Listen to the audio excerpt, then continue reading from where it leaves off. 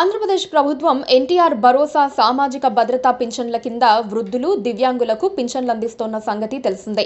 ఈ క్రమంలోనే spouse category కింద కొత్త పింఛన్లు మంజూరయ్యాయి.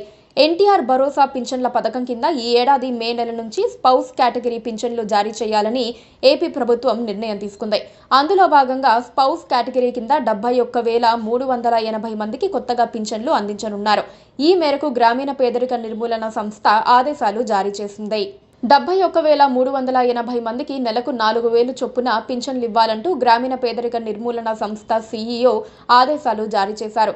అయితే జూన్ 12వ తేదీన స్పౌస్ పింఛన్లను లబ్ధిదారులకు ప్రభుత్వం అందించనుంది.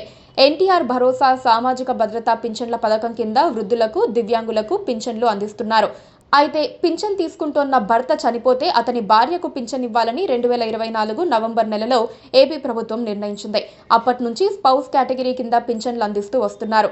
అర్హురాలైన మహిళ తన భర్త మరణ ధృవీకరణ పత్రం, తన ఆధార్ కార్డు వంటి పత్రాలతో గ్రామ, వార్డు సచివాలయాల సిబ్బందిని సంప్రదించాలి. నెలాఖరులోపు ఈ వివరాలతో సంప్రదిస్తే వారికి మరుసటి నెలలో పింఛన్ సొమ్ము అందిస్తారు.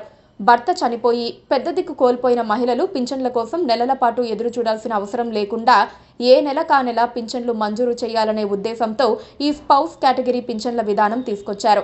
ఈ క్రమంలోనే మే నెలకు సంబంధించిన స్పౌస్ కేటగిరీ కొత్త పింఛన్ల జారీకి సర్ప్ ఉత్తర్వులు జారీ చేసింది. కొత్తగా 71,380 మందికి పింఛన్లు అందించనున్నారు. ఈ నిర్ణయంతో ప్రభుత్వంపై నెలకు 35 కోట్ల మేరకు అదనపు భారం పడనుంది.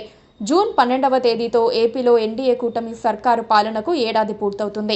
ఈ నేపథ్యంలోనే కొత్త స్పౌస్ పింఛన్లను జూన్ 12న లబ్ధిదారులకు అందించాలని ప్రభుత్వం నిర్ణయించింది.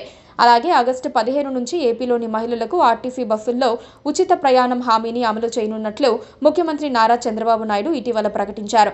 అలాగే అన్నదాత సుఖీభవ పథకం తొలి విడత సాయం కూడా పీఎం కిసాన్ యోజన నిధులు విడుదల చేసిన సమయంలోనే అందిస్తామని సీఎం చంద్రబాబు కడప మహానాడులో ప్రకటించారు. Please subscribe to KTV Telugu. KTV Telugu. KTV Telugu. KTV Telugu channel.